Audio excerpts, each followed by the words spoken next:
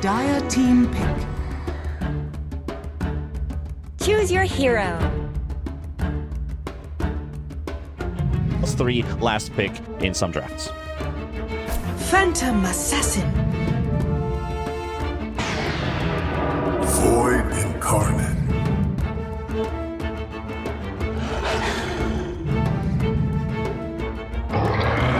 Warchief. Weaver. Ursa Warrior.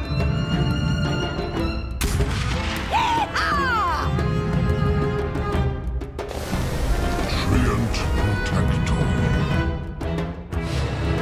Grimstroke.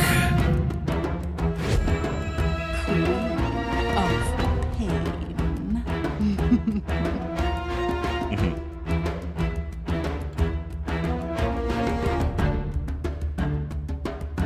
Yeah, I'm also kind of feeling like, is the experience a bit better? Does Gambit have a more solid lineup? Bait has only had scrims with this new roster. How does it all come together? Do they really have to rely on their communication with that early push? Because things can go wrong really, really quickly if you don't keep that package intact when it comes to your early game. When you're very early game oriented.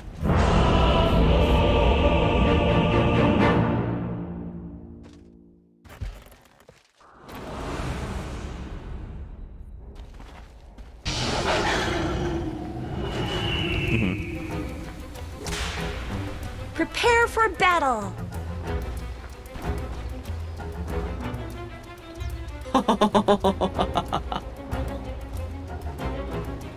Right.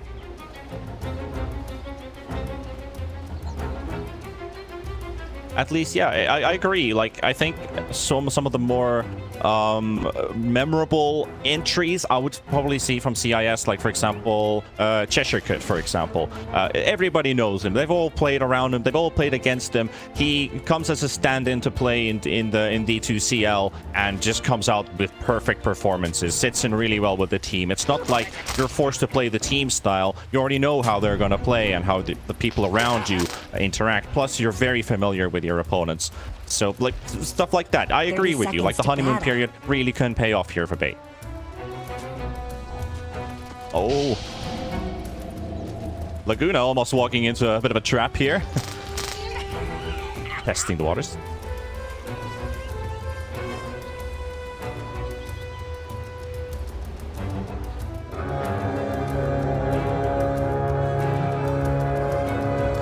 Well, at least Laguna just testing the waters a little bit here, with Gambit finally locating the Weaver, trying to snatch the bounty rune. Almost manages to get that.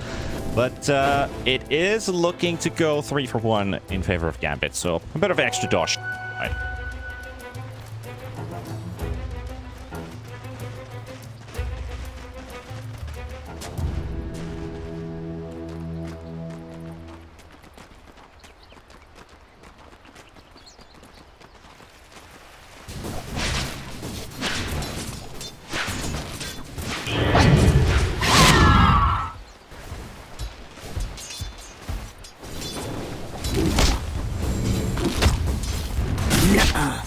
Kind of thinking about the synergy here between the Snapfire and the Centaur when you're going up against Ursa. Ursa is considered to be like a really good melee versus melee matchup to carry here, because you're capable of trading a lot better. You can still live off of being the so-called shark in the lane without, if you miss a couple CS but score a kill, it's still probably looking better. But how does this Snapfire Centaur come into play? Do they have good kill potential in this lane? Like they have the combo with the stuns, at least a bit of minus armor. Is it enough to kill an Ursa? I wasn't aware you were capable of speech, Ursa.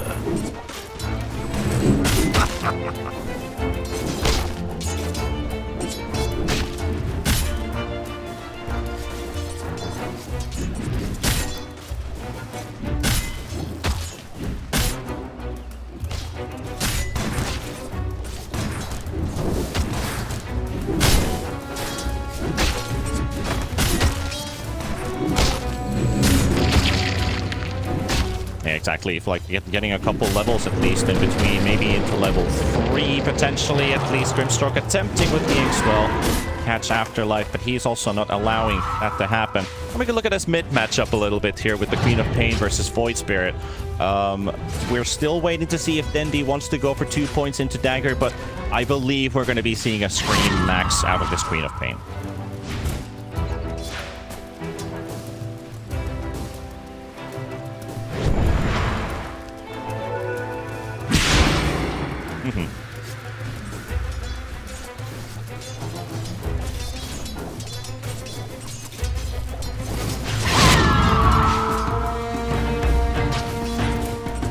First blood! The first thread is cut. I'm really freaking I'm glad you did. out. The classic detours to start off the tournament. First blood does go for bait, and it will go on the Treant Protectors. Laguna handling that 1 versus 1. A couple hits here as well. Laguna does find the sentry ward, at least in the lane, but I believe Treant is also bringing one with him. Smiling Knight in a bit of trouble. Minus armor applied. Doesn't look like it will be enough with the Crips form. He is waiting, but it doesn't actually squeeze in any right clicks in here. Plus, you want to get that 3 on Weaver for the Geminate attack to really bounce off this Weaver.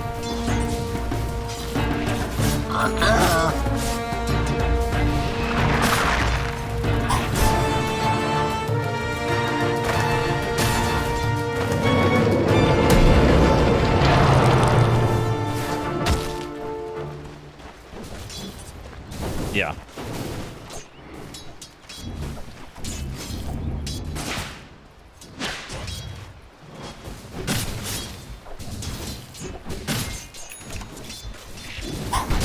No. Add another to the tally.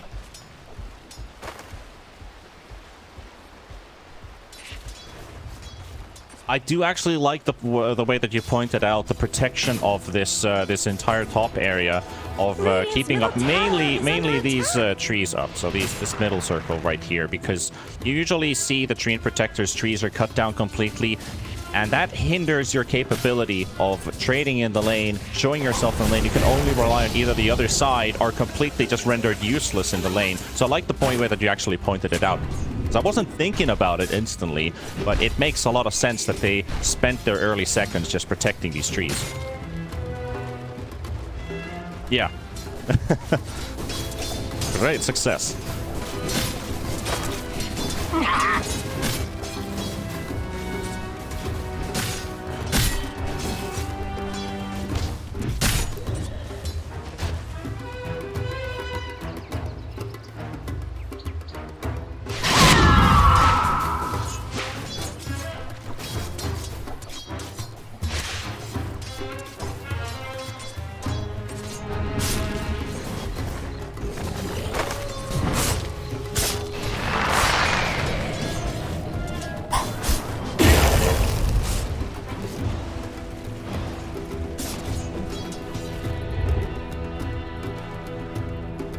Let's see what's going to happen in the next 40 seconds, though, because that first action rune is definitely something that is on both Dendi's and Meliul's mind. And maybe if we see some supports moving into mid, because it is usually a 1v1, maybe even a 2v2 with 1 support each. But that does leave heroes like the Ursa and the PA alone.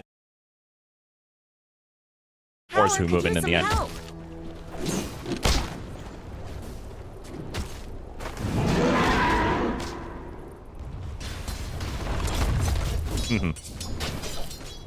Yeah.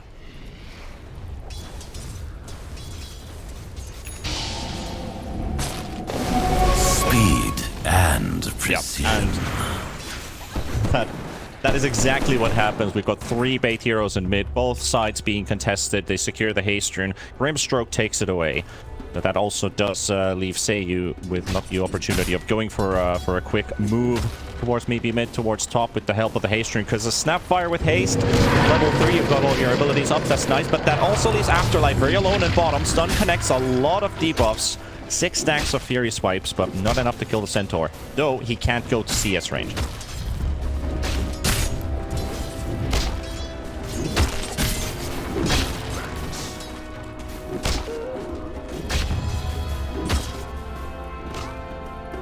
Worthy tribute.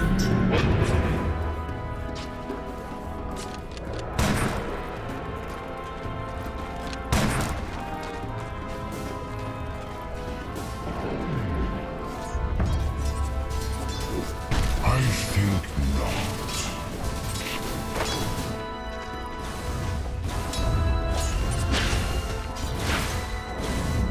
7 minutes in, only 1 kill in a couple Eastern European games, especially in the open qualifiers yesterday. We had like 12 minutes into the game, only 2 kills, even with lineups that have a lot of kill potential. Looking at Pion, who's just finished his Dominator. Maybe we'll see a bit of a push from Bait into this top lane. PA is still at least in the lane, wants to hit that level 6. And as he said, Battle Fury seems like the option. Smiling Knight wants to go for the late game.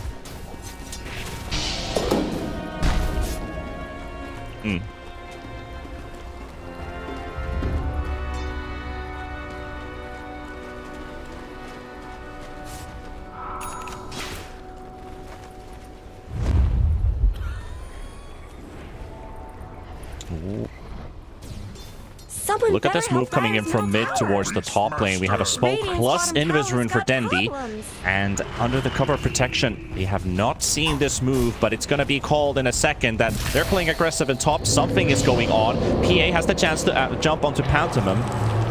And with that, the bug also disappears with the blur. And meanwhile, Meliul, he does get blown up by Pion. 4v3. Nice Sonic Wave comes in. And that's going to be a kill for Gatsi with the Grimstroke picking up the kill. Scream's doing a bit of damage. Dendi looking for another jump potentially. Can get another kill. He's waiting. Look at the patience on this man. The old legend comes in, jumps in, gets the Scream. And PA in trouble. PA is going to be another kill. 4 for Bates. Maybe even 5 as Seiyu is there. And 1 PP from Afterlife. But is he too late for it? Triple kill for Dendi.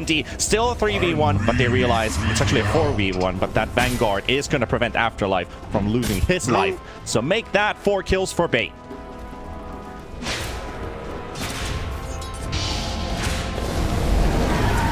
They're beating on Dire's top tower.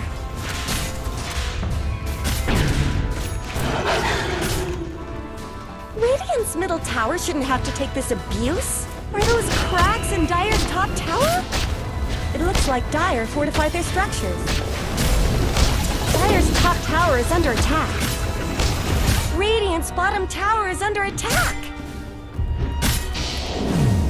Are those cracks in Dire's top tower?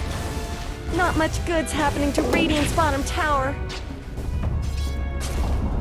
Dire's top tower is gone. Radiant's bottom tower's got problems. Now with almost 10 minutes onto the clock, that's going to be the first tower kill on the top lane. And Bait, they can slowly start opening up that push, start taking map control away from Gambit. Gambit has to prevent that from happening, but as mentioned with that previous team fight, they are pushed back a little bit. It's still not a grim situation for them. They have their PA farming, closing up on that Battle Fury. Has a lot of corrosion already picked up. Radiant's bottom tower is under attack. Radiant structures are fortified. Not much good's happening to Radiant's bottom tower. Yeah.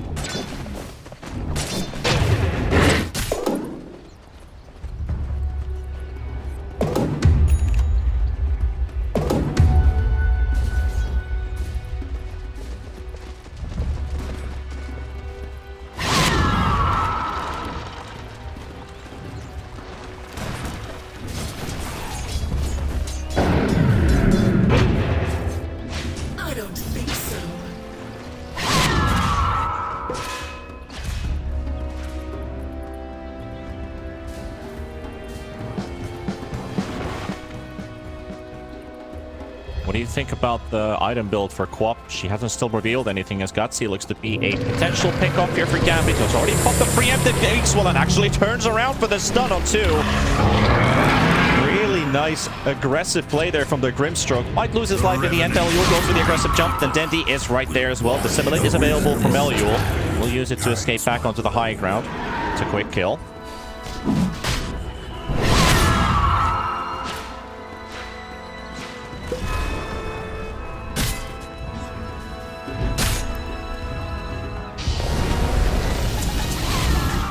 Radiant's bottom tower's got problems. Radiant took down Roshan. I trust there was a good reason happening to Radiant's bottom tower.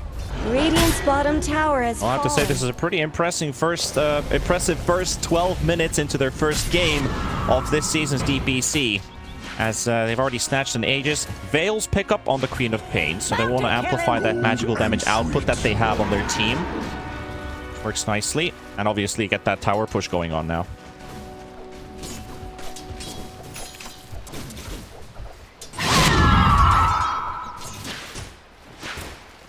Denied.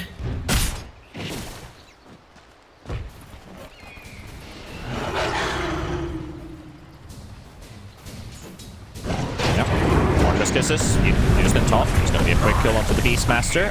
Second smoke used up by the same two fellas. Turns out to be a kill for Gambit.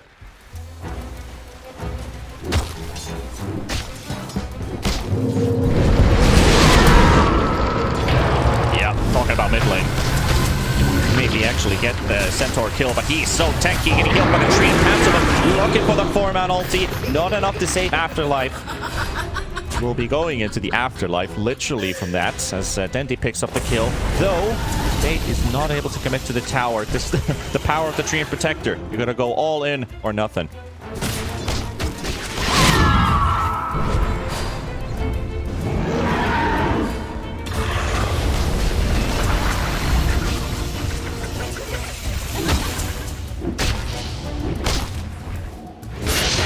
Dire's middle tower is under attack.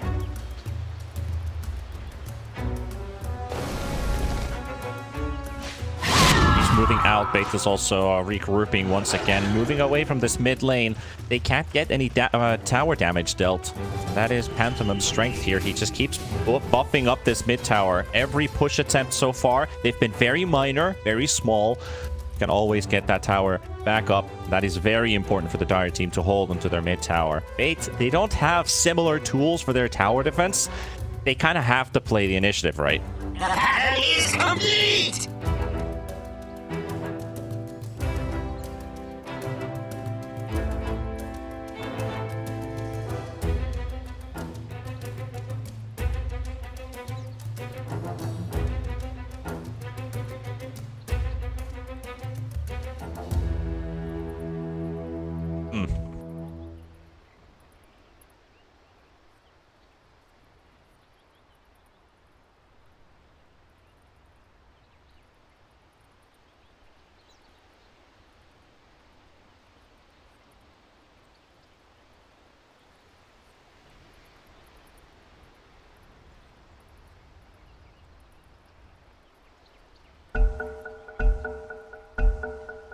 I'm fine with waiting and all, but let's go!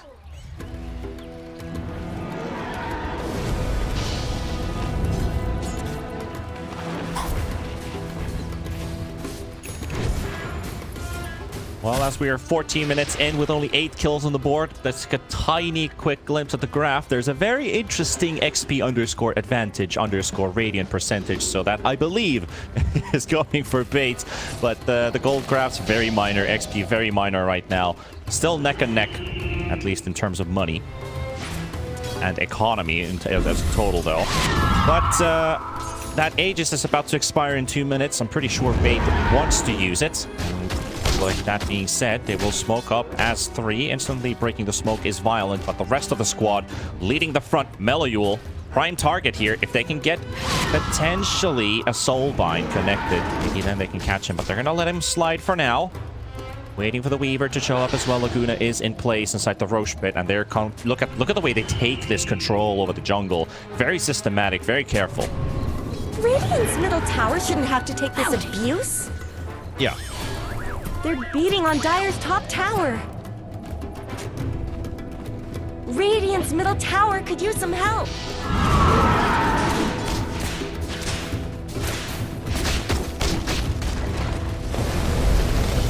Dire's top tower is under attack. Yeah.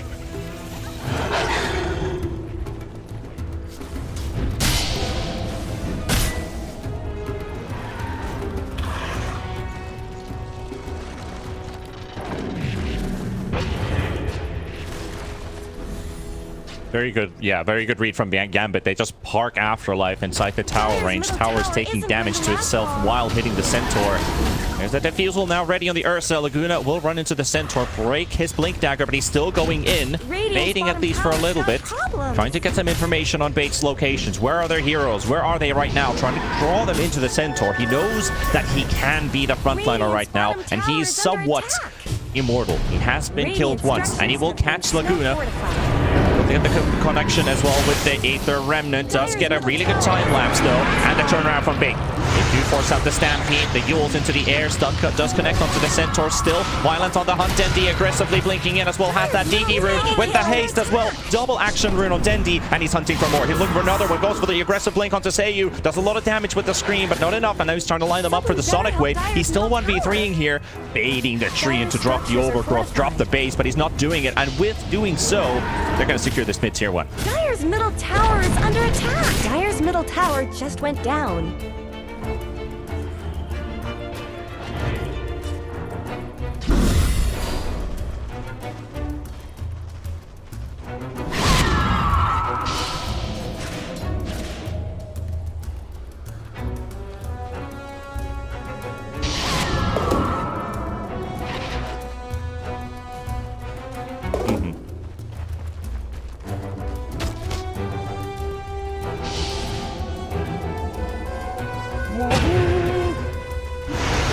Wants to play aggressive, gets the rules onto the Weaver. Time lapses off cooldown, but Dendi is coming to the rescue. It's not necessarily going to be enough though. With the stun combinations from Gambit, will be enough to take down Laguna. And the threat of the Weaver roaming around the map, he's gone for a couple seconds.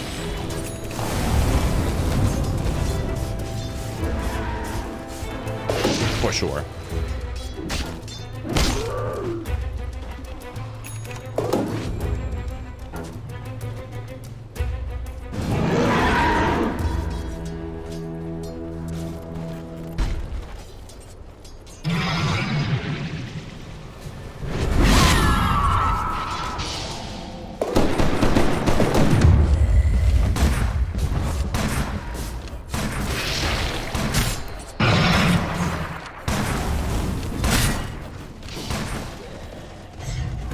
For Gambit, yeah, it does look like they found a way to kill the Weaver, but they have to commit like 2 to 3. They always need a +2 on it because they need a follow-up. When you have War Stomp, you can get the Remnant to follow it up for a second, then you have Cookie Stun. If things go south, you still have the Overgrowth, which you probably would want to save for a bigger team fight. Talking about a bigger team fight, they also dropped a scan on the high ground, and they found Bait's location. They are constantly moving around this top jungle area, keeping the top lane pushed in. Heal the tier 2 tower as Pion just wants to keep the lane pushed in, and they are coming in with a 4-man smoke. Do they surprise Bait? Top tower? Nice, really good combination. They just put everything on top of Pion, but they do use 2 ultis for this kill, buying a bit of extra time for the PA to farm, and these are important kills.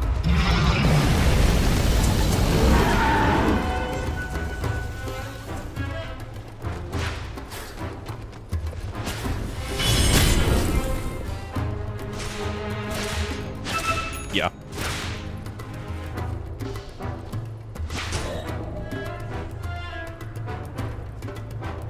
Someone better help Dire's middle tower.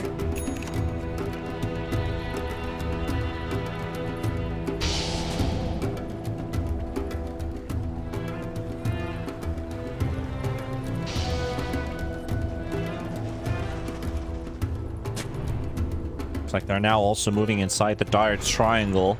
Potentially putting vision down at least. Dendi's scouting out for wards. Gutsy also doesn't have any ops wards on him right now. Could actually look. They do have... there's actually 0 wards in stock right now for Bait. They do have a shop in the store. Sorry, shop in the store. Sorry, tome in the shop. That's getting lost with words already. 20... See a lot more mobility from Violent.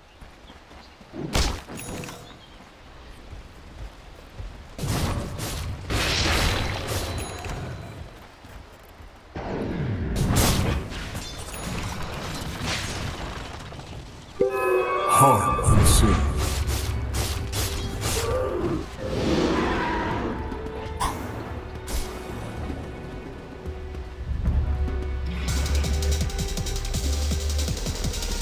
Dire's bottom tower is under attack.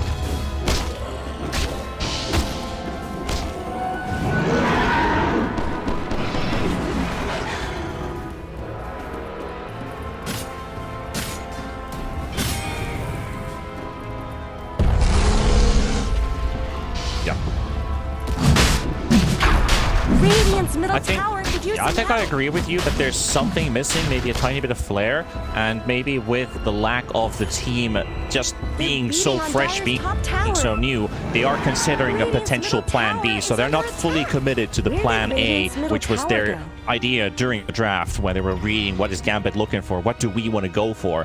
They have these second thoughts that, hey, we might have to go late game, and if we do end up there, how do we fare? What do we do there? Maybe they are second guessing their main plan. Who knows? We're just trying to read the situation. But Gambit coming in from the other side, they've located themselves. Melo does actually get popped as Dendi goes for this quick blink in, popping 3 smokes from Gambit. Gambit on full retreat. They have the vision advantage. Illusion.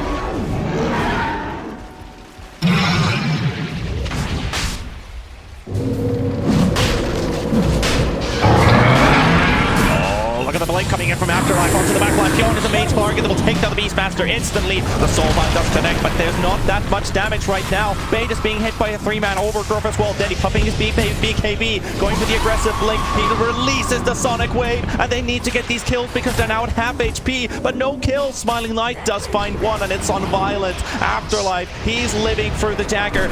He's living through the pain, but this Weaver's not, and Laguna is also punished. 3 heroes lost from Bait. Gutsy just might be the 4th because Smiling Knight finds him, and Melloyul finishes and seals the deal. Gambit get 4.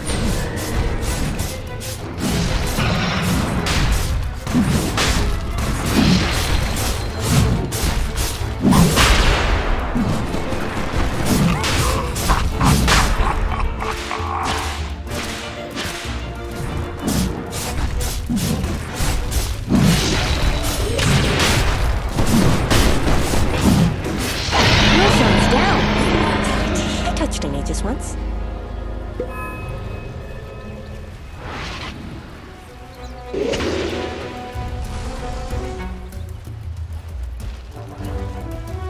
15 kills now with that 4,000 gold lead. Gambit, in the first time for this game, is now in the lead, at least economy-wise. Afterlife, however, located with the Roar, but can they get this kill? He's super tanky with the Centaur.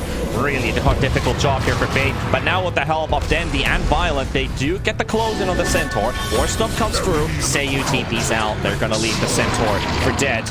Maybe even more. Smiling Knight decided to go in, though. He's 1v4ing this fight by himself, and he takes down Pion.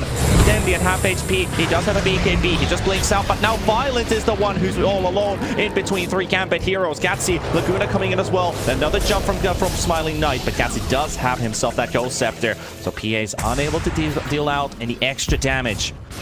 With that, looks like the fight does finally calm down to a 1-to-1 trade. Consider your word.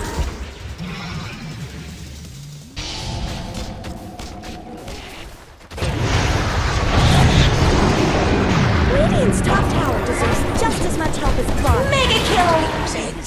You must learn to live.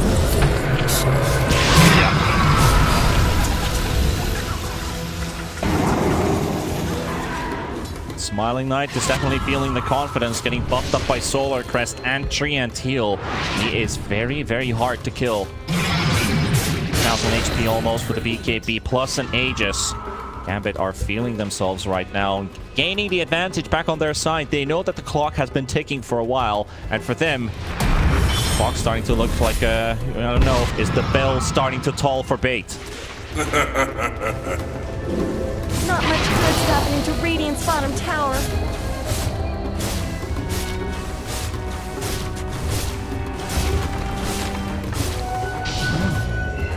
What sort of prize is this?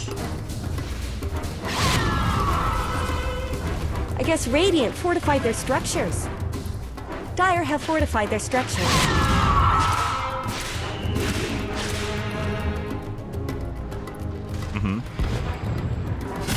Dire's top tower is under attack. Radiant's bottom tower is no more.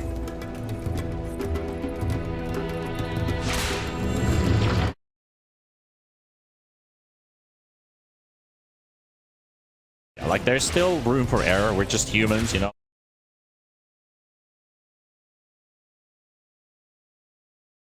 So for sure, but that's still a very small chance that you're leaning onto if you're bait. So they want to make some plays happen soon. They're just not finding any openings on the map. Plus, with that Aegis still up, they know that Gambit want to take a full-on team fight if bait ever forces them.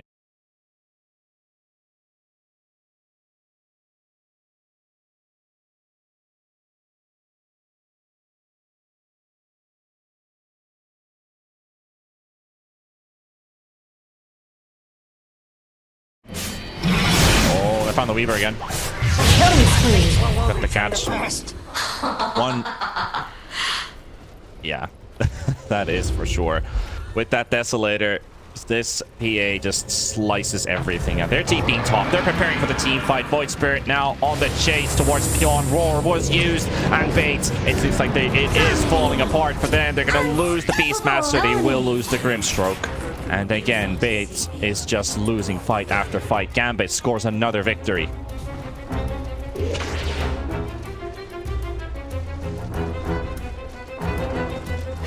Radiant's middle tower shouldn't have to take this abuse.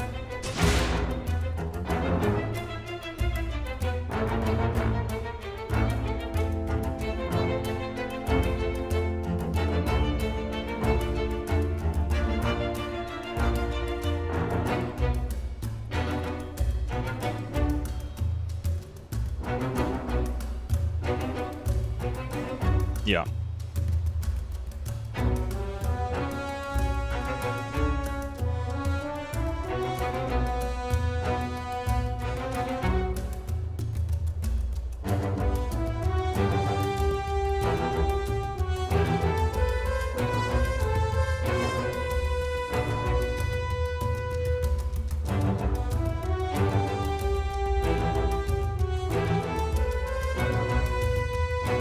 Bait getting the go sign. Apparently there was something going on with the settings. It should be fixed by now as Gambit slowly noosing, closing the noose, so to say. It's also being jumped on by Violent. Wants to be a bit careful here when two big cores are around Afterlife. Regeneration. Giving vision, he's giving information, but then he gets the blink out. That shard is so good.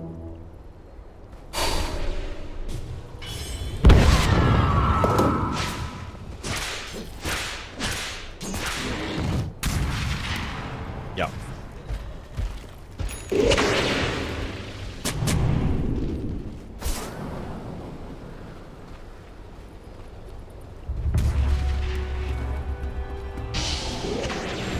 Knight also holding onto a Fan of Knives.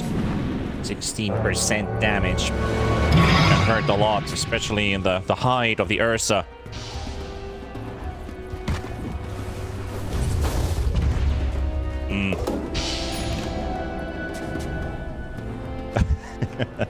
Agreed.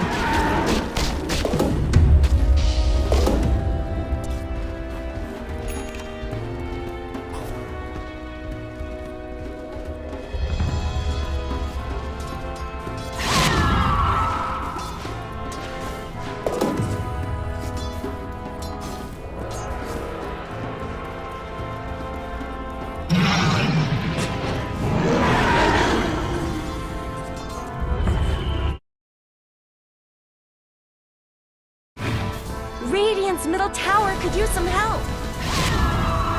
They're beating on Dire's top tower.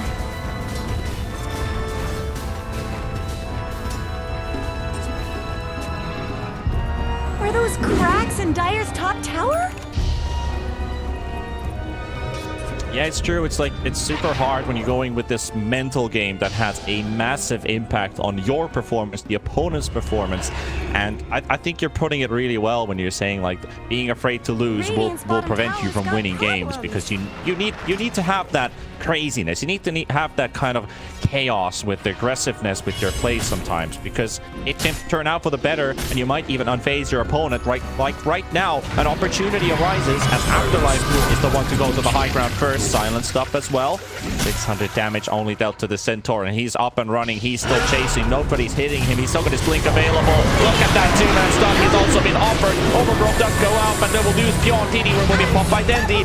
Trying to get something in the back.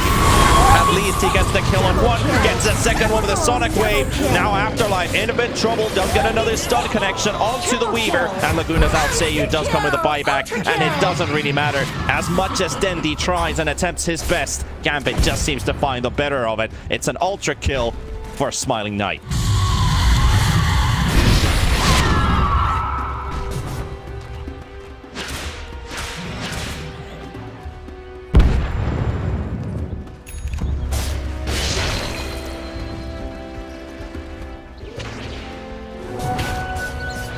Radiant's middle tower shouldn't have to take this abuse.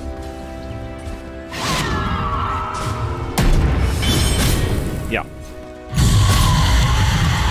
Radiant's middle tower could use some help.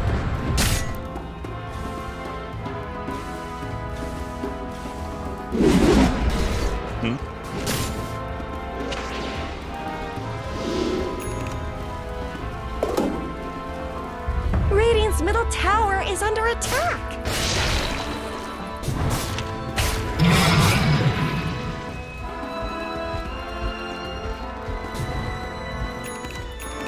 Yeah.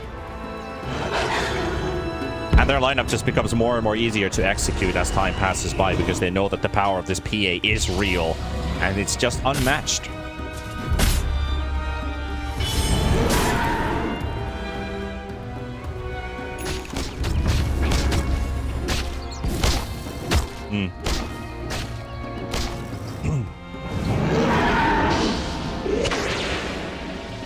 Yeah.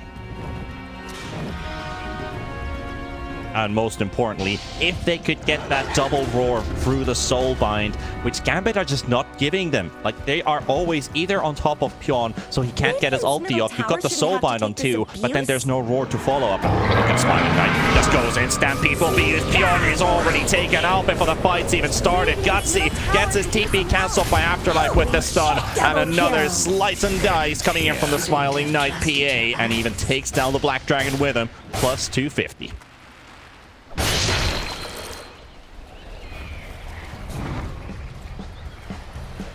Are you lost?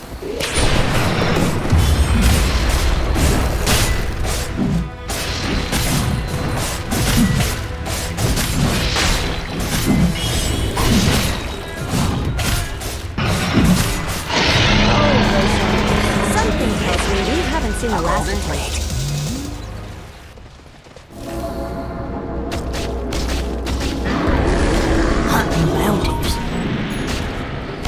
Radiant's top tower is under attack.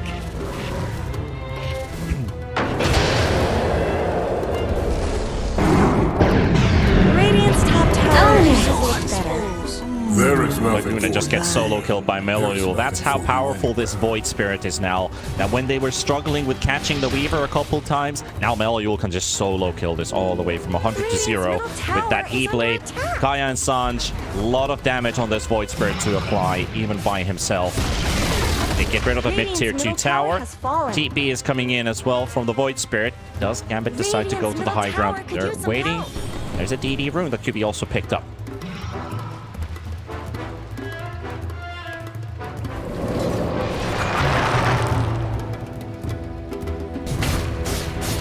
Dire's bottom tower is being chipped away. Yeah. Holy shit! Radiant's middle tower shouldn't have to take this abuse. They are scouting around in this bot lane. They're not able to find one hero. Maybe they can find Dendi. Meliul. Okay, taking a nice little detour. Dendi actually reveals himself, and now Meliul's TPing out. So, cracks in Dire's top He's tower? happy with just keeping up the push. They've got 25 seconds without the Grimstroke. Glyph has been used as well, so there's no more defensive tools for Bait. And the jump onto the backline, catching the Weaver. And this Weaver is just going to say goodnight to himself because, well, nobody else is there to tell it to him. Radiant's middle tower has fallen. Dire's top tower is under attack. Radiant's bottom tower is under attack. Radiant's middle barracks have fallen. Radiant's middle barracks are under attack. Dire Snow fortified their structures. They're beating on Dire's top tower.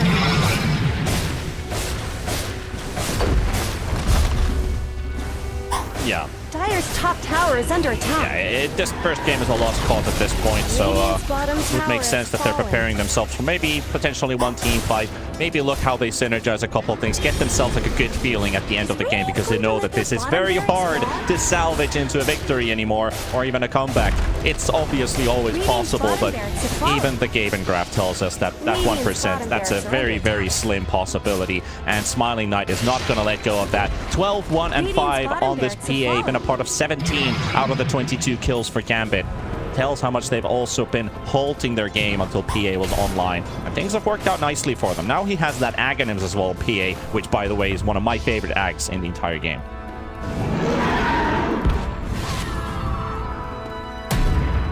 Oh, look at that. One potential fight here, but Violet, does he have the damage to take down the Centaur? He's going to get jumped and bashed by the Knight.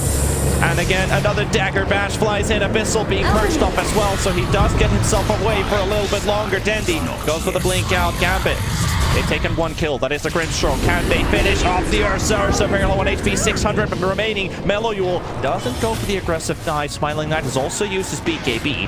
Does have an Aegis up for 120. Bait are smoking up. They know that this is do or die time. So good timing, good thinking about it. But meanwhile, Dendi in trouble and gets bursted from 100 to 0.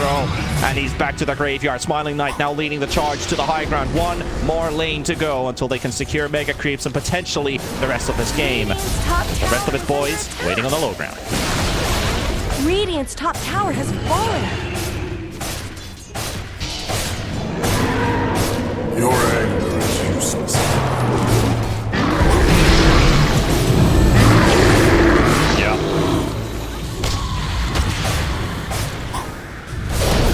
Oh, he gets his dagger out, but he's going to get stunned by Afterlife while he's in the tree. The refresher shard used up and stun combinations all the way through. Dendi's not even allowed to play this game anymore, and he's out. And GG is called by him as well. Gambit will take the first game in 37 minutes with a pretty convincing victory. Dire wins! They didn't!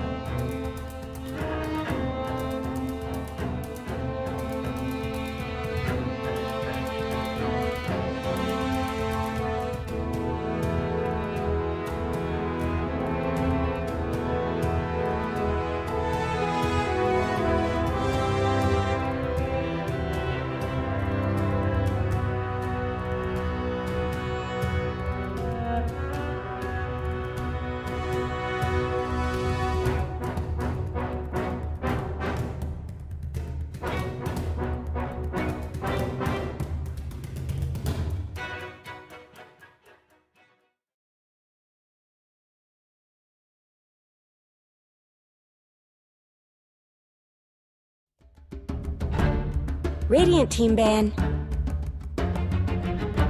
Dire team's turn to ban.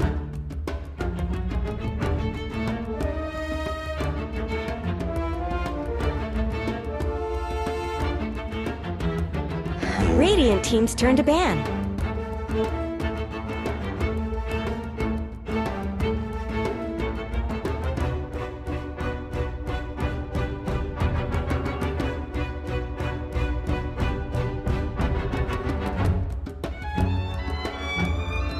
Seconds remaining. 5 seconds remaining.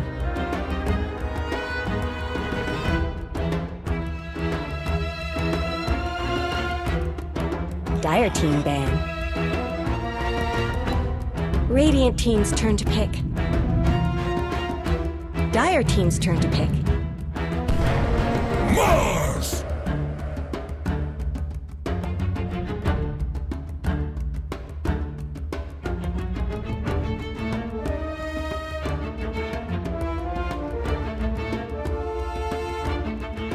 10 seconds remaining.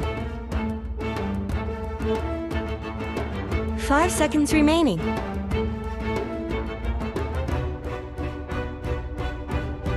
Yeah, I think that's a good way to look at it. Like, you don't want to get bamboozled by the opponent that, oh, I thought we had a shot at it or we had a try at it. But talking about drafts and lineups, there's a couple crucial heroes that are actually open here in the first phase. So we see the most common bans here in Eastern Europe have been the Monkey King, the IO. Weaver is open, which is taken away. Invoker is another hero that we've seen a lot in the first phase, which has been banned in the first phase bans if there's been an opportunity for it, and it is still there. But we're looking for potentially a combo with the Mars, unless they want to leave it open for later. Remaining. Heroes like Phoenix usually don't get banned in the second phase, so they could leave it for the second phase picks. They do have the double pick on Gambit's side. So definitely a couple meta picks still in the pool. Lena.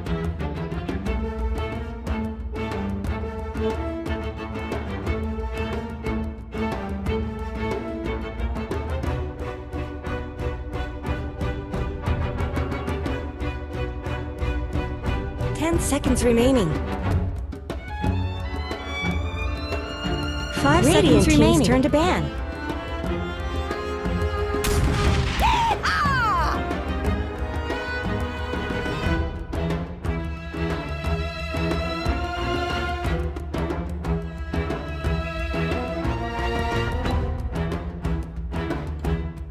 Seconds remaining. Dire team ban. Yeah. Radiant team ban.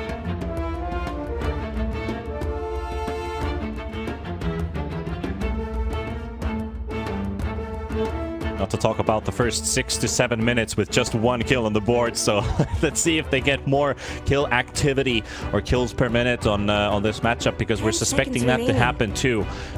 For bait side, kind of discussed about this Lena potential winning lane support goes a 4, but if you do put Lena into mid, which the option still might arise for bait, I like the idea of team fights when you have that crit, when Weaver brings you the minus armor from crit swarm, because you do love to build these right-click Lenas these days. It is the meta build. It is the best build for Lena today.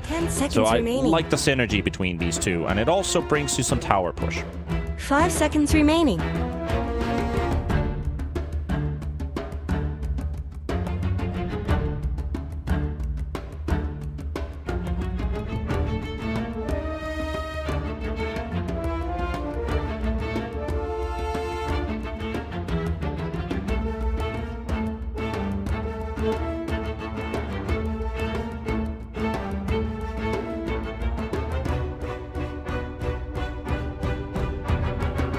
Radiant team's turn to ban.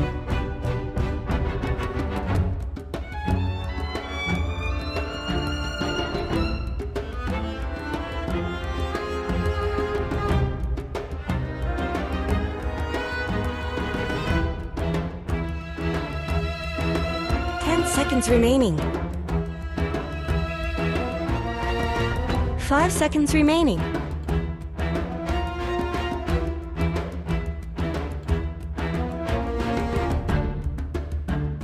Well, with 2 more bans to go in the second phase, we're looking at a lot of core bans. We're completely ignoring the support section right now, as we see the Night Stalker, Lifestealer, Ember, and the Medusa being taken rid of the pool. What do you think would be a potential double pick here for Gambit? Because Bait obviously have to open up, most likely will open up with the support here, and let Gambit take the initiative, and they would have to respond. What would you look at for this double pick? Are we looking at another lane duo, or potentially a mix of a hero that is capable of fighting against Lina, say for example Void Spirit, which we've already seen once, or something else?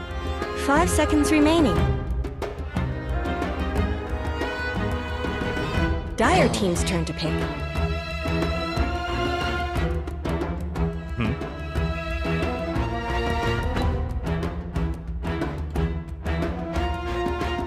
Radiant team's turn to pick.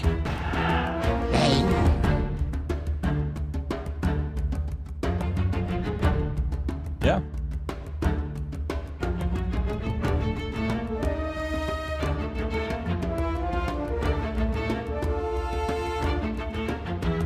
Seconds remaining. 5 seconds remaining.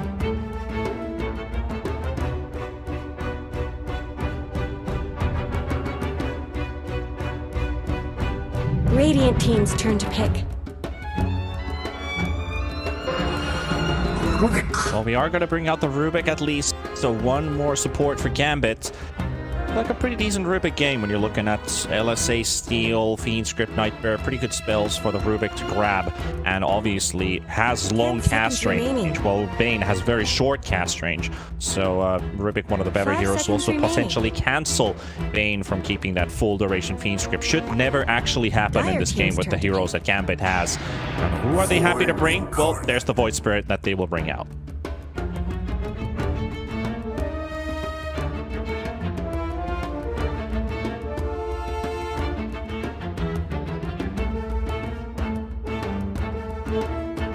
Seconds remaining.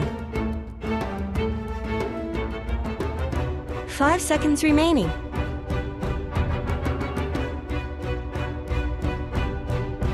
Radiant team ban. Wraith King!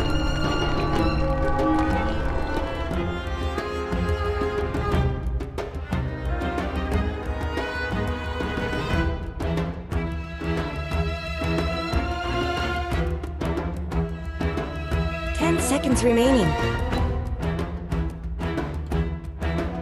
5 seconds remaining.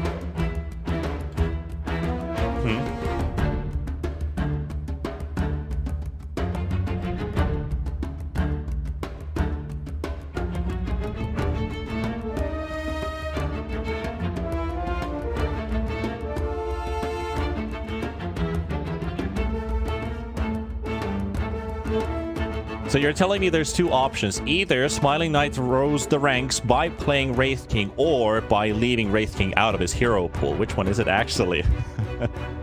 Alright, okay.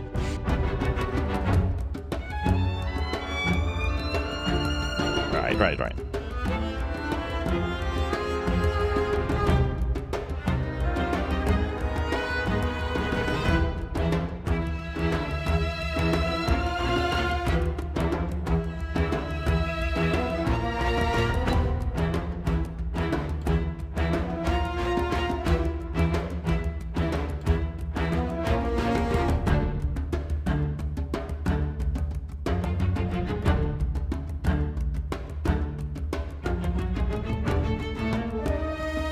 Also kind of thinking about here about the potential carry pick idea for Gambit. They do have to pick before Bait, and something that strikes my mind is the Phantom Lancer. It looks like a pretty decent pick because there's only the Lina who has something against it with the AoE, revealing which one's the right one, helps the Bane get the Fiend Script out. But without that, I feel like PL seems like a good carry pick for Gambit. What would you say? 10 seconds remaining. Yeah. 5 seconds remaining. Radiant team's turn to ban.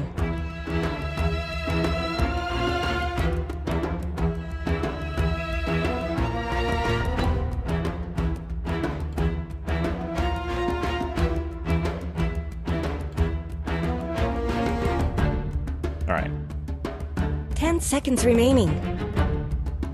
Have some time on Gambit's book. It was Bait who 5 were running on seconds remaining. low seconds in the game 1 draft, but now it seems to be Gambit or reserve time. Still half a minute, still plenty of time to think about what they want to potentially pick. I think that's what they already know, but it might still change according to how Bait responds to the next ban from Gambit. So still a lot of mind games, even at the last moments. Dire team's turn to ban.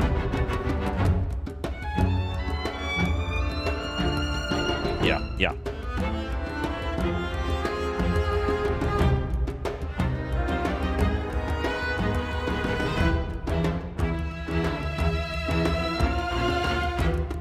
Seconds remaining. 5 seconds remaining. Yeah.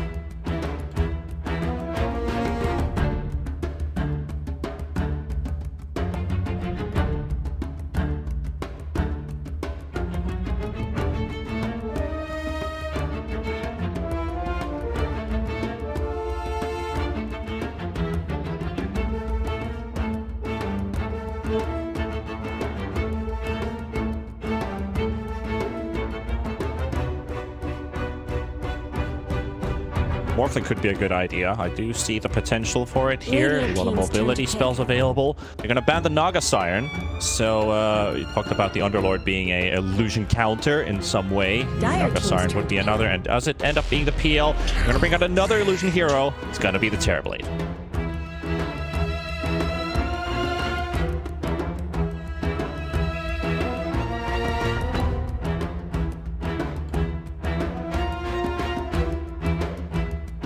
Seconds remaining.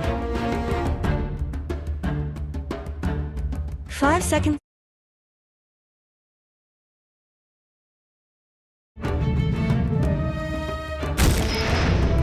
Choose your hero. Yeah.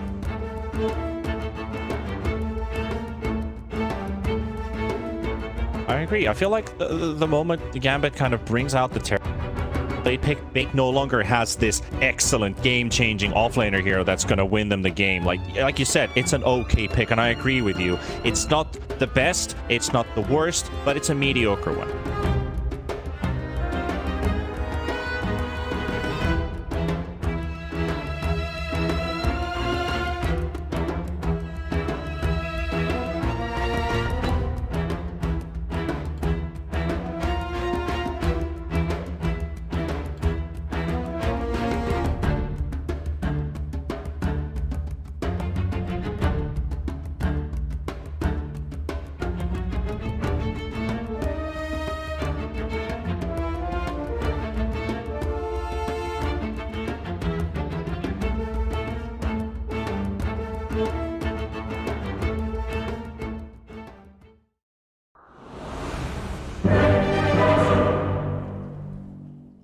Well, this is the time to get this series tied up 1-1 and stretched all the way to 3. It is a best-of-3 series, so everything is still open on the board.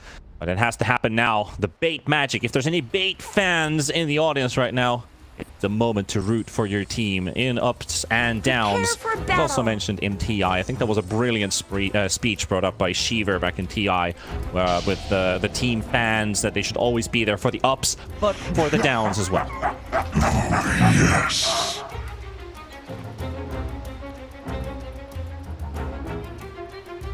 Обнял, приподнял. Fight me, cowards.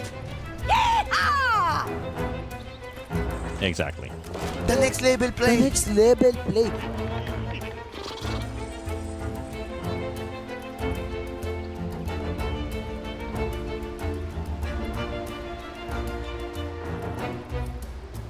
Yeah, dendi enjoyers. Assemble, so to say. Bait has picked up 3 sentry wards, actually. We have one on the Weaver, eventually blocking some camps, maybe even save it for lane. Same for Gutsy. He's also prepared to both block camps and maybe even open up the hard camp for the Doom, which is probably a big important piece for Bait as well, if they keep that hard camp open in the bottom lane.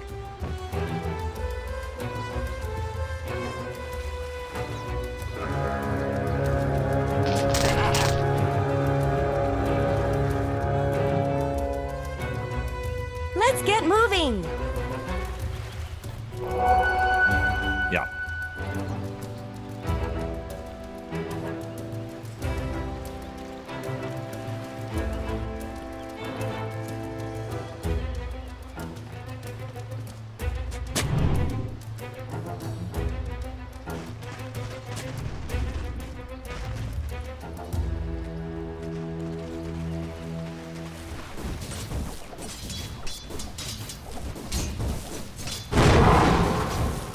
Start with Melo. I feel like they played up pretty even. The most important factor was probably the action room contest. That's 6 minutes when Dendi brings the backup. He calls in the reinforcements, the cavalry, to arrive into mid, and they go up on a 3v1, secure the action room. It did go for a support at that time, but when you're playing Alina, you would love to get some early action room to open up that rotation and still be able to go back to mid to defend your tower.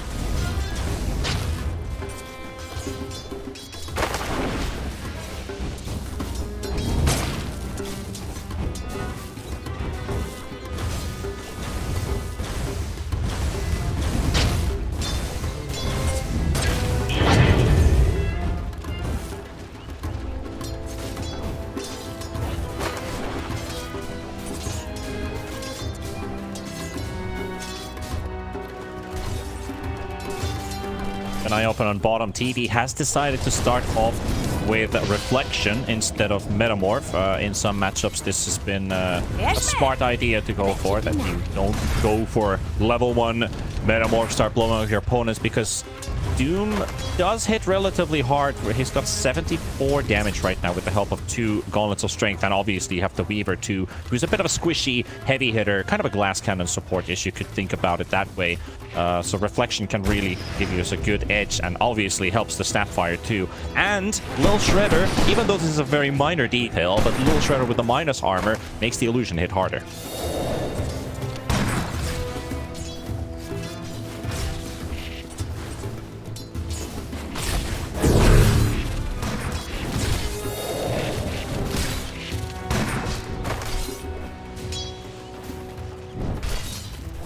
Yep.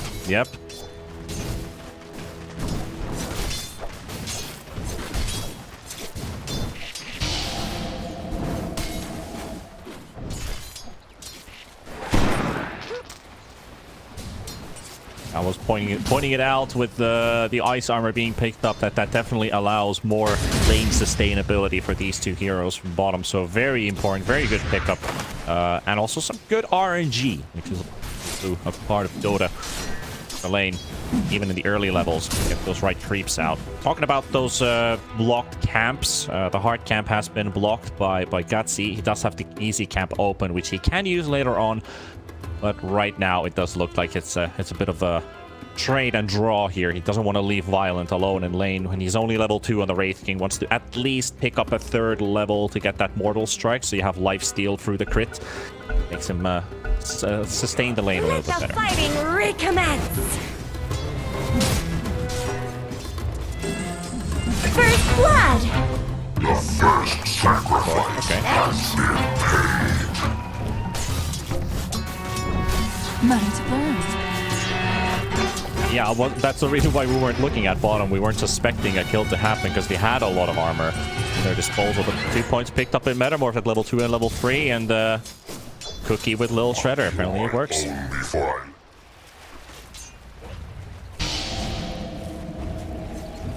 Yeah.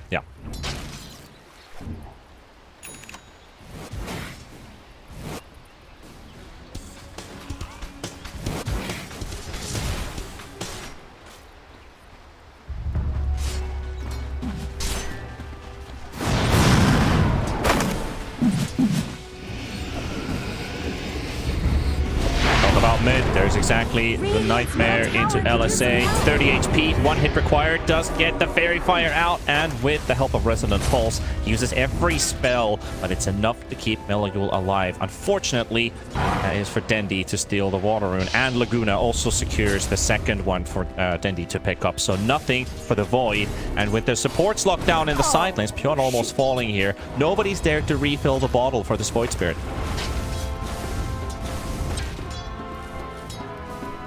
Yeah.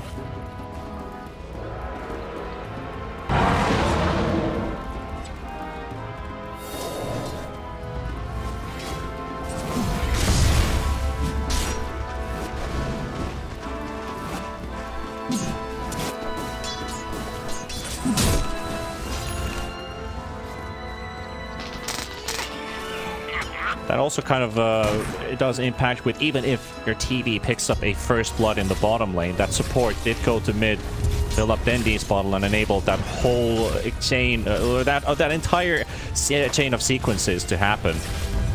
They're able to get the bottle refill, rotate another support, get the chance to poke the void out of lane, secure water runes, and now 40 seconds into the action runes, which is going to be very important. How does Gambit respond to that? Well, keep an eye open on the supports.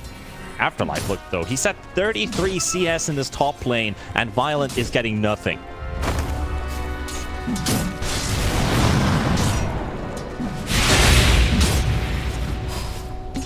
Thank you, peasant.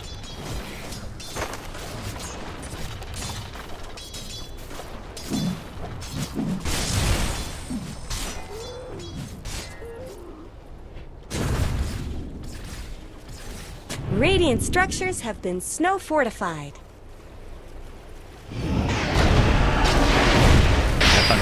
Talking about those runes, DD is on the bottom half. Mellow again, 30 HP this time. No Fairy Fire, but does have Astral Step to move out.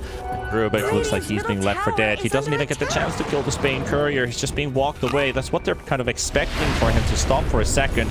But the LSA stun, still enough for Dendi to catch him. That will be the end of this Rubik. Space has been... a tiny amount of space has been created. Not that much. Meluyul at least gets to farm this entire wave that he was about to skip in mid because it was so low on Shouldn't have HP. to take this abuse?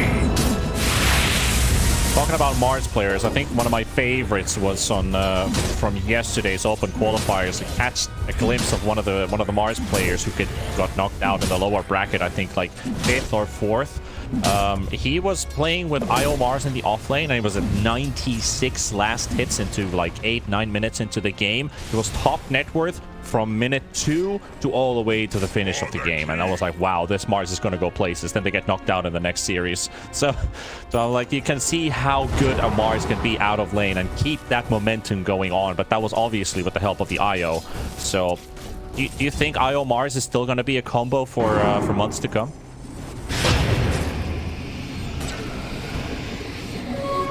Generation. Radiant's middle tower shouldn't have to take this abuse?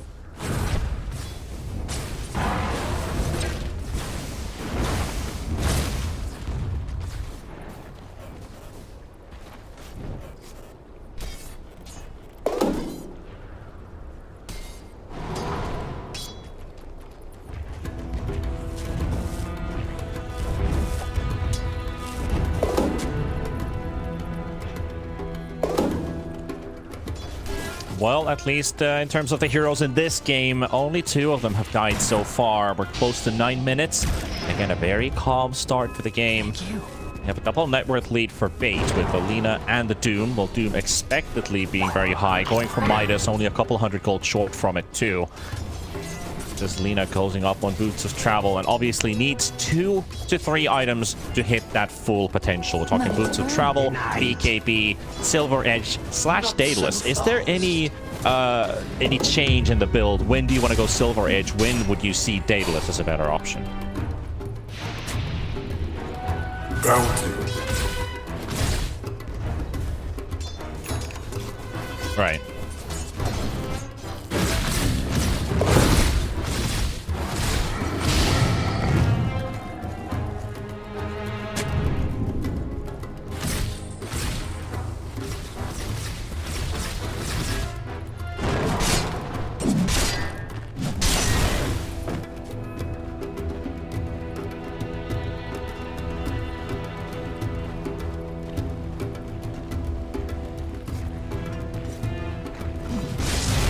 I do like the Silver Edge being brought up in a lot of games for Linas, but there are some opportunities for Daedalus. But that also does mean you don't have the advantage of your invis. Meanwhile, bottom Pion is just going to get quickly punished by Meloyul and Pantomim. They've done the same thing, but they smoke up with these two, and it does seem they understand how powerful they actually are at this stage of the game, where they can just combine Mortimer's Kisses with the Remnant and almost get a kill with just those two. Oh, the irony is rich. Top though. We have level 5 on Bane, so no Fiend Script available. Won't even level up during this fight. Afterlife, Bonk's Gutsy away, and Laguna's also here. So they only get the ulti off of the Wraith King, but he's now vulnerable for the next 3 minutes. So if they time it right, Gambit, they have up till 13 minutes and a couple seconds on top to still hunt this Wraith King down for a second time.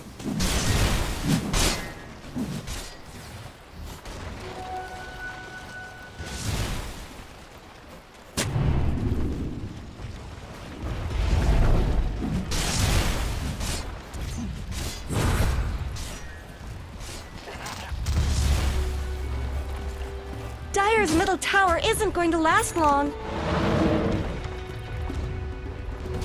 Hunting bounties.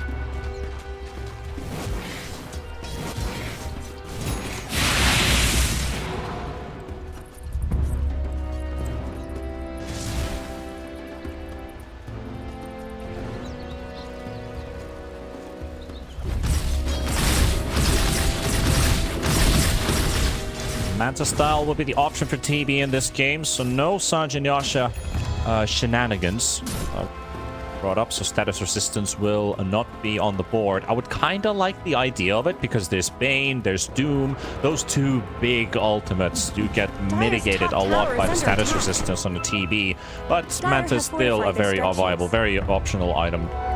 Or I wouldn't actually say optional. It feels like it's the mainstream item. You still go for TB, but I would have kind of liked the SY this game. Yeah, exactly. Radiant's bottom tower's got problems. Are those cracks in Dire's top tower? Yeah. Radiant's bottom tower is under attack.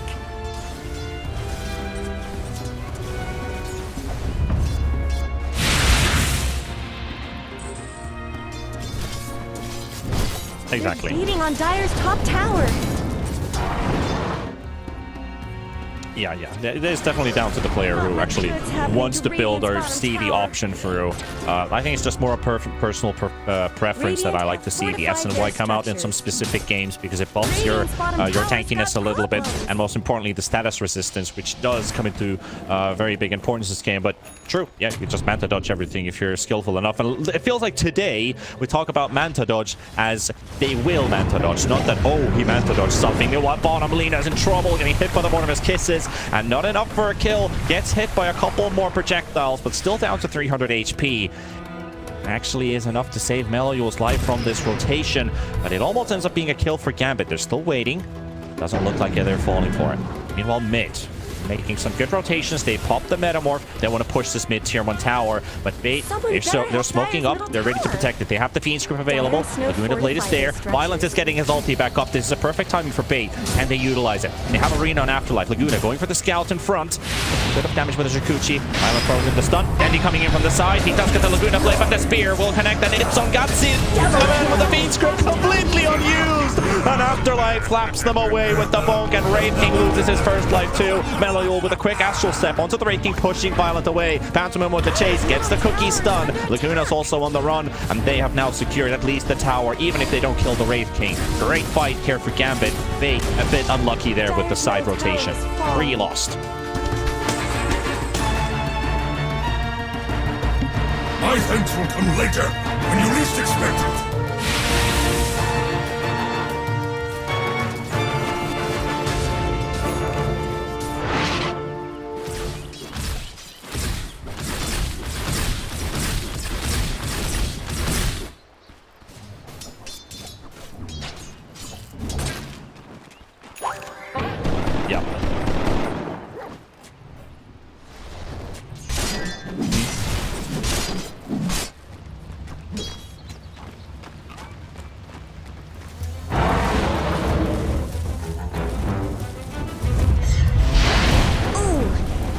courier got killed. Those things aren't cheap, you know. Now Bait looking for a quick succession fight with another smoke. There's also Gambit coming in from the side, from the river, heading towards the dire jungle. Doom's going to be the one to run in first. Pion gets information on Seiyu, and a quick Doom onto the Rubik.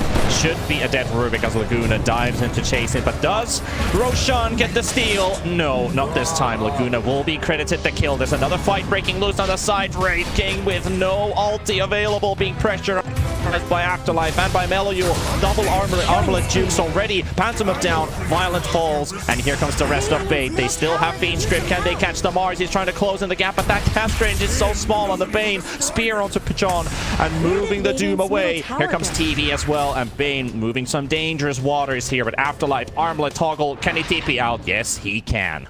Radiant's middle tower is under attack. A golden thread.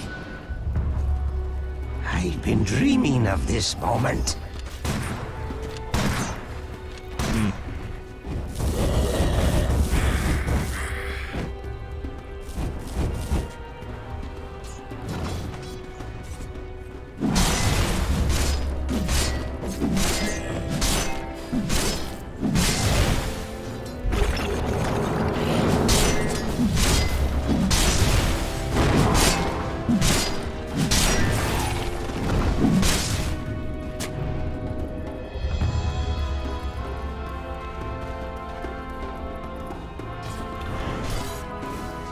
Only 8 kills so far in 16 minutes. A couple good fights for Gambit, and they are keeping up the tempo. Another 3-man smoke from mid towards the bottom half of the map. Yahtzee cutting the wave. Does have Dendi with him. Dendi has to be careful because he does have an Invis rune. Do they have detection though? They have a sentry on Rubik and Afterlife. He does get to pop the Invis rune just in time. Nightmare save from Gutsy, but then again, the sentry down, one of his kisses, and they get the connection. They found Dendi with the lift, with the help of Seiyu. They finally end Alina's life. Radiant's top tower has looked better.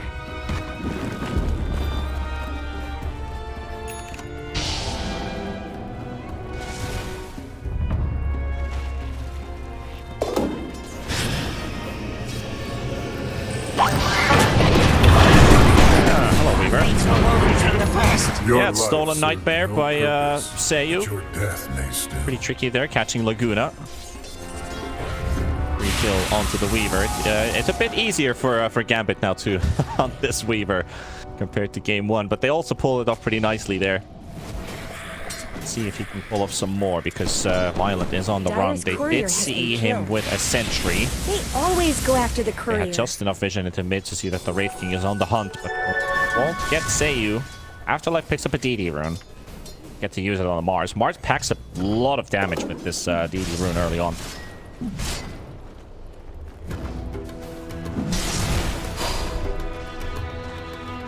Dire's top tower is under attack.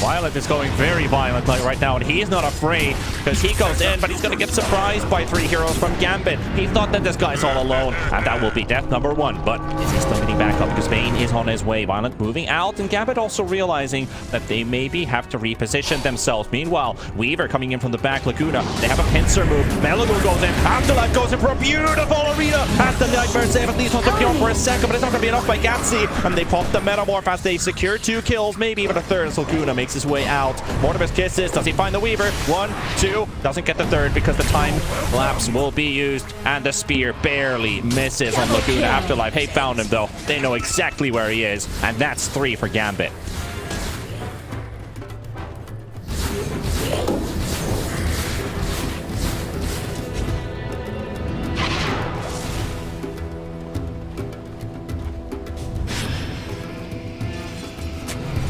Dire's bottom tower is under attack. It looks like Dire fortified their structures. Yep. Dire's bottom tower is being again. The BKB has to be used by Dendi. Laguna Blade comes out. They want to save Wraith King because he was the one in trouble. Dendi almost dies with that. The right clicks enough from Seiyu. And they will get the kill on this Wraith King in the end. He tries to armlet juke as much as he possibly can, but it's not going to be enough. Gutsy tries to go for a quick nightmare play to at least isolate one, but 5 seconds until he has a remnant available. Lift connects, they've got the stun, and Bane gets killed by the stolen Dragon Slave by Seiyu and Gambit styling their way.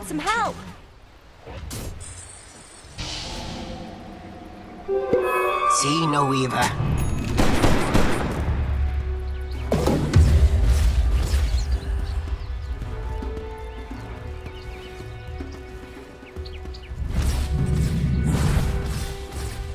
Are those cracks in Dire's top tower? Radiant's courier has been killed. What did that courier ever do to anyone? They're beating on Dire's top tower.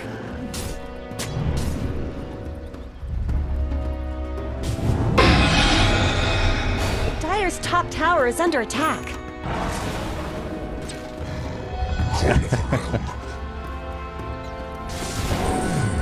Seiyu was hoping that if you actually stole LSA, that would have been a kill, because lift into LSA stun, and then the Mars would have been close enough to blink spear, and they would have been killing this Lina for a 4th time. But luckily, it was a Dragon Slave that was given away.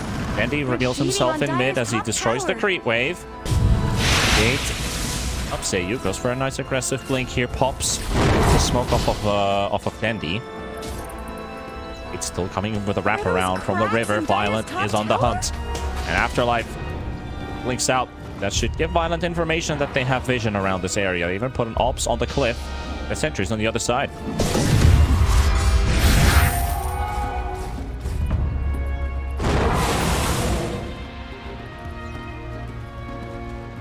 Dire's top tower is under attack. Illusion.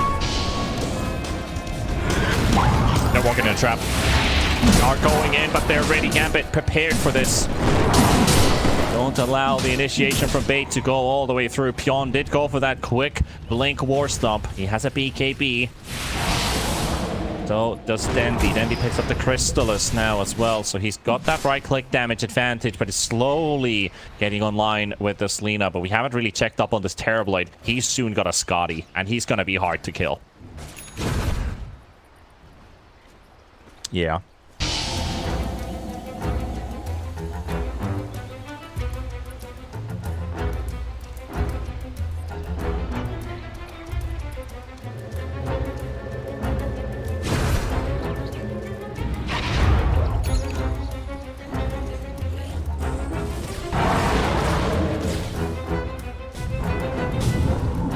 With the blink, lift, spear, they've got Dendi pinned to the wall and combining everything to make sure that this kill takes place. Gambit punishing Dendi again. That will be death number 4 for the Lina. Slowly dropping on the net worth chart now. 3rd, still pretty much farm. But what good is farm? Just being hunted.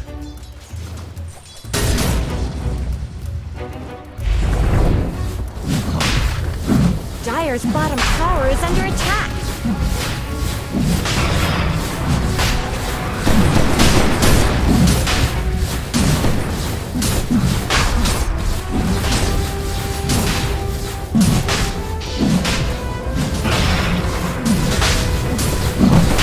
Time is running out.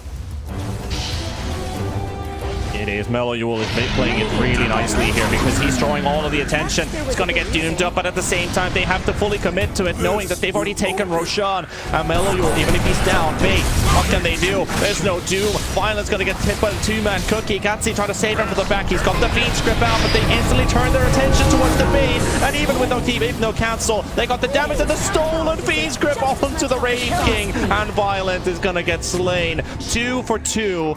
And with that, TB is still unkilled this game. Gambit's just enjoying these team fights. They're happy to sack Meliul if they get roached that freely.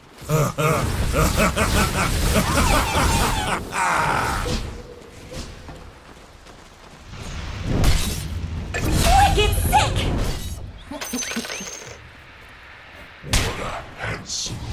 Money to burn. Yep.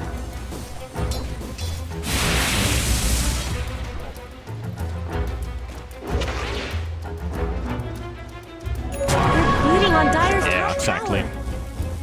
Pantomime and Seiyu, they did get that quick kill on the Weaver too. They just never gave up on the chase, on the hunt for this Weaver, who thought that he's already safe and out from the fight. Dire's middle tower And the is next under casualty is attack. up for grabs. It is Gutsy. A true nightmare.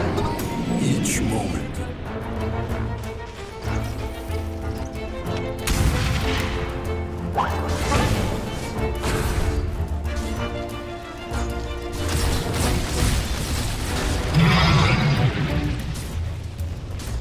Someone better help Dire's middle tower.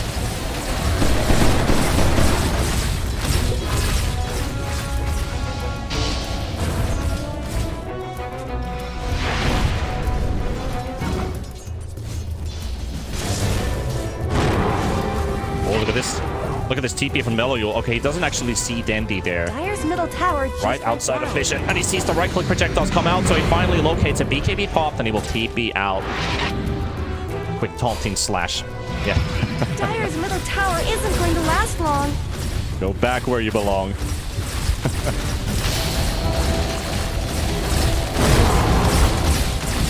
Dire's middle tower is under attack. Dire's structures are fortified. Someone better help Dire's middle tower. Trying to lift the Laguna on the high ground down to the low ground, but not quite able to close in that. A little bit an opening kill for Gambit. Is still keeping up the siege. Bait, they do smoke up and a counter smoke from Gambit, but look who's behind you. They've been revealed, they've been spotted, and a beautiful two-man stun from Elio, but the initiation comes out from Pion. Gets the stun only onto Pantomime. There's the Doom, it's also on the Snapfire. They just want to secure at least one kill. They know they can't use him on the TV. They have the Void Spirit being killed. Melio will go down. Bait, still showing some signs of life. It's a 2-for-1 trade, and they haven't taken out the Aegis, but that Metamorph is about to run out. Laguna will be taken out by Afterlife and Seiyu, and it's still a 3 versus 3 of Violent waiting on the high ground. Does have his stun, does have his ulti available. Maybe they can blow up this Aegis. There's no Sunder. Radiant's top tower And has Smiling looked Knight better. get a kill here. Very low HP rating. He's constantly armlet juking, life stealing off of the creep. Seiyu comes in. There's the spear. The lift onto Pion. And Doom is out of play. Rating also pushed out. Dire's middle barracks have fallen.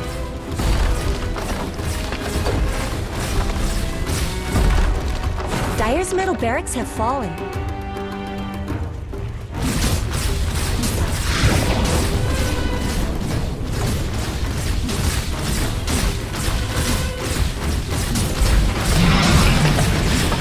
those cracks in Dire's top tower? Dire's top tower is gone. Just a cold fog left behind. Yeah. Up.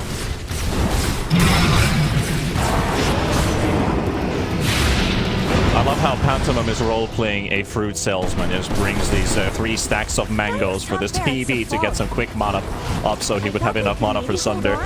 But Dire's top barracks have fallen.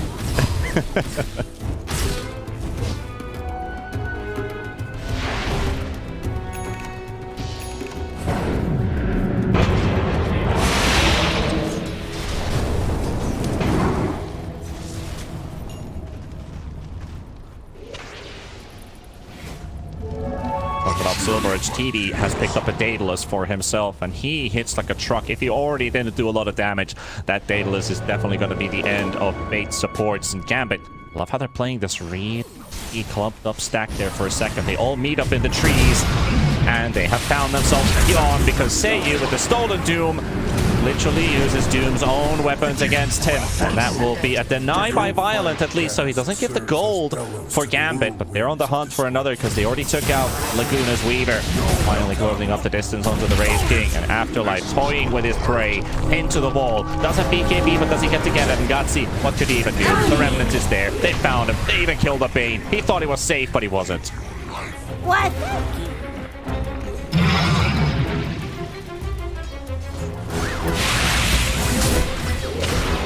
Not much good's happening to Radiant's bottom tower. Come. Your anger is useless. Dire's middle tower just went down. Dire's middle tower Yeah, they're looking to end the game here, right now.